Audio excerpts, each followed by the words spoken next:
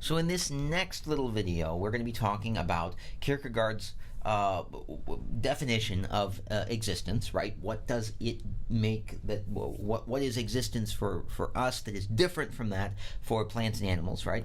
And also, what are his stages of life? And so we start with the idea of existence. As we said in the earlier video, right? Existence is different than simply living, right? Existence involves 5 different things according to Kierkegaard. It involves striving, right? You have desires, you have needs, and you strive for those things. You consider alternatives. You may look at your life and say, I have choices to make, right? I consider these things, then I choose them, right? Choice is very important. We might refer to this a little bit as agency, right? We're not simply passively making a choice in many cases, right? As much as we might like to think, right, that at home, I don't know, am I going to watch, Real Housewives, or am I going to watch, the Barbecue Showdown, right, on a various station? Who cares? I'll just whatever, right? We still are making a choice, right? Furthering that is deciding, right? Making a decision and taking it, right? And then committing to that decision or deciding to decommit to that decision, right? And so those 5 stages, right? Striving, considering alternatives, choosing, deciding, committing are all essential in what Kierkegaard would consider human existence. If we take a day, right? Just a simple day that we have, right? When we strive, right? We decide that what we really want is coffee in the morning, right? For example, making coffee, right? I considered alternatives when I made my coffee. I considered the fact that I could have water, I could have tea, I could go to the store and I could get a different kind of coffee. I could go and get, a pre-made coffee. I could buy a soda. I could, get a beer, right? I choose, and so this morning I chose to, put coffee into my little K-cup pod thing, right, that I use, the little reusable thing, and then I decide, right?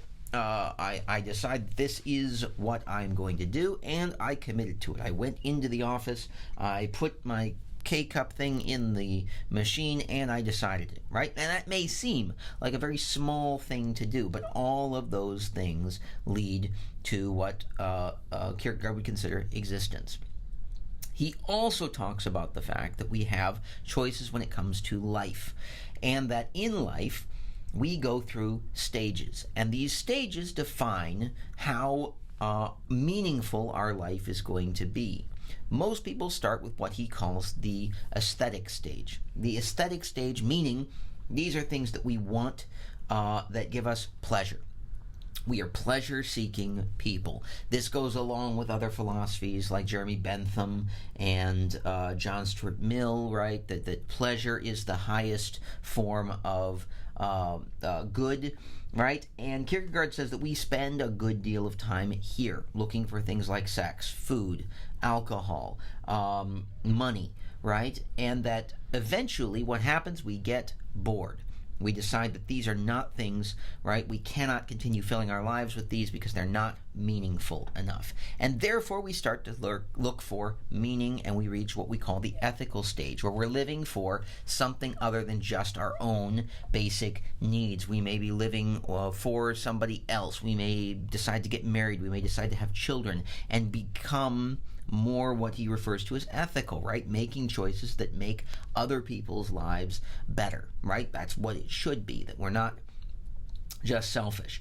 But eventually, this also falls flat. We decide that we're not happy with this because we realize that we are lacking something, and that something that Kierkegaard says that we are lacking is religion. And so we get to what we call the religious stage, where we depend upon God, where we have what we call a leap of faith into the unknown, where we make the decision like Abraham does to, I will commit to this even though it sounds really weird, and then, right, the rest of life sort of happens because we have taken that leap of faith. So, in the next video, we will talk a little bit more about Kierkegaard and also delve a little bit into what we're going to be seeing when it comes to Sartre. So I will see you there.